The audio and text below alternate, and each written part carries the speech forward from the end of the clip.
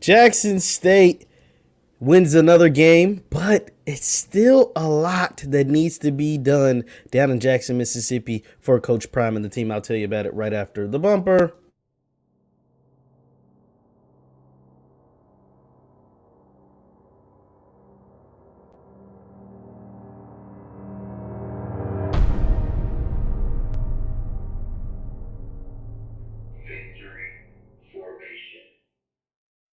What's good people? Jeff Lights Jr. here with the Black Boss channel and Victor Formation. Be sure to hit the thumbs up button, like, share, subscribe, and the notification bell because we upload every single day. And don't forget to don't meet me there, beat me there at the All Black National Convention down in Orlando, Florida at the Omni, October 29th through November 1st. Get your tickets now at allblacknationalconvention.com.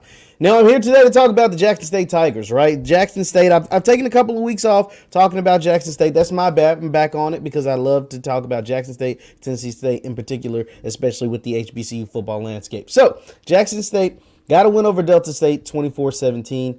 They came away with the win, and they are going into a bye week. They are now, 3-1 on the season, with their only loss coming to an out-of-conference opponent in Louisiana Monroe, a game which Louisiana Monroe didn't even score a touchdown, but they had 4 field goals. That was enough to win the game 12-7 the week before. I forgot to talk about that. But see, Jackson State, the strength of their team is their defense. Their defense is nasty. Let's Houston, James Houston, Shiloh Sanders, Katron Evans. Like, these dudes are nasty.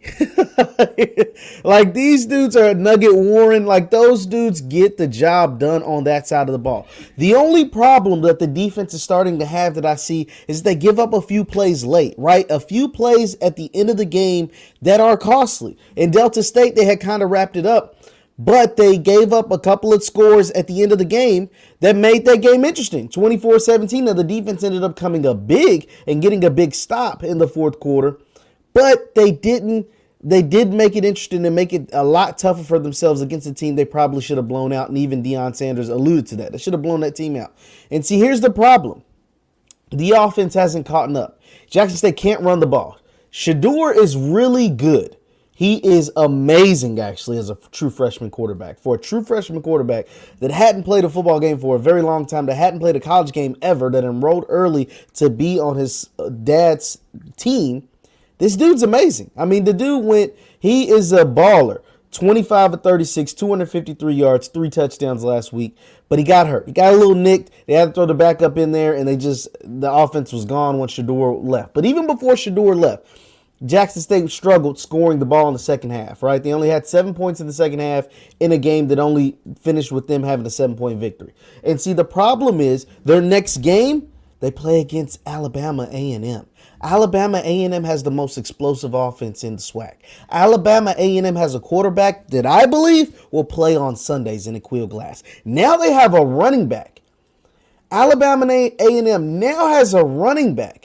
Maybe they always had him, but they have a running back that I know of now that is a beast, and that is Gary Quarles. Gary Quarles is averaging like 140 yards a game, almost 7 yards a carry over their 3-0 start to this season. Alabama and A&M, here's the scores of their games: 42, 30, and 45. This team puts up points in bunches. Talking about 400-yard games, 350-yard games, 300-yard games by Aqeel Glass in those first 3 games, and he has no plans on slowing down. That is going to be a major problem for Jackson State, especially because the strength of the team is their defense, right? But the defense has shown to bend a little bit at times. When they aren't getting those big-time sacks by James Houston and Aubrey Miller coming off the end, and Keontae Hampton and all those guys, they've shown up that they can give up some plays in the secondary. If you can't get to the quarterback, if James Houston can't make those sacks he's been making, Aqeel Glass is going to tear you up. And right now, your problem is you can't score enough points on offense. You have essentially 0 running game, and the offensive line is improved but isn't there.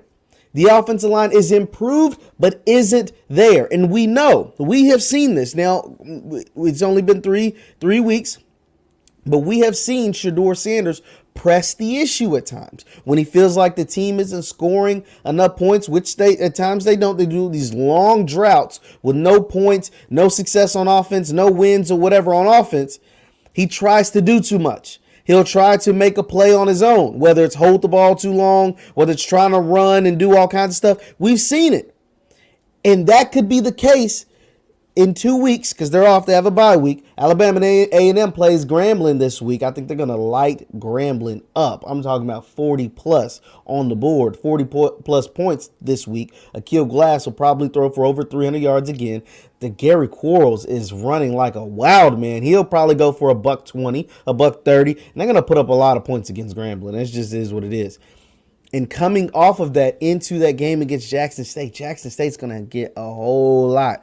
All of what they can handle with that high-powered offense by Alabama A&M. The question is, can Jackson State, because they're going to score points. Alabama, as good as Jackson State's defense is, Alabama A&M is going to score 25 to 30 points.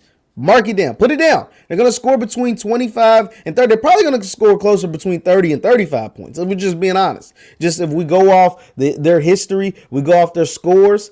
I mean, Bethune-Cookman, which is a really good team, held them to 30 points, right? They held them to 30 points, and most of that damage was done in the first half. Alabama A&M only scored 3 points in the second half in that game. They had 27 at halftime. So Bethune-Cookman made some really good adjustments in the second half of that one, but Gary Quarles still ran for a 101. Akil Glass still threw for 2 touchdowns and 234. So that they'll probably get something similar to that. But if you do have to get into somewhat of a shootout with Alabama A&M, I believe in Shedeur, as long as he's healthy, knock on wood, in Shedeur and the weapons on the outside. Keith Corbin is coming alive. Shane Hooks is coming alive. Trevante Rucker and Warren Newman is the X factor. All those guys are ballers out there on the outside. Can they get it done in the trenches? Can they block Alabama A&M? Can they get Pickett and Sante Marshall and these guys going running the football? That is the question. Those are the problems that Jackson State still has. They still can't block anybody that great. Their blocking still isn't there. I don't know if it's scheme. I don't know if it's talent, players just being undisciplined or what, but the pass protection is decent. The run game is non-existent. It's almost non-existent. It's almost non-existent. They're going to have to get that going because a part of the reason why they're going to have to try to get that going is because you want to keep Akil Glass on the sideline. As good as Shedeur Sanders is right now, he ain't that guy. he ain't Akil Glass right now. And those weapons over there at Alabama A&M are getting the job done. Their run blocking amazing. That's why Quarles is having such a great year. And their pass protection is great as well. So what can Jackson State do on the offensive side of the ball? I think the defense will make some plays. They'll come up with an interception. They'll get 2, 3, maybe even 4 sacks on the game. They might even get a strip, a fumble, whatever. But Alabama A&M is going to score points. Can Jackson State match fire with fire? Or can that defense actually hold Alabama A&M in a way that I don't even think they can? I guess we'll have to wait and see. Once again, I'm Jeff Lighty Jr. with the Black Boss Channel and Victory Formation. Thank you guys for tuning in. Follow me over there on Facebook, Jeff Lighty Sports. That's Jeff Lighty Sports on Facebook and on Twitter. You can follow me on Twitter at JLighty7. I post content on there all the time. Thank you guys for tuning in. And don't forget to meet me at the All Black National Convention. That's October 29th through November 1st down in Orlando, Florida. Don't meet me there. Beat me there. I love to meet all of you guys. Thank you guys for tuning in. I'll see you next time. Peace.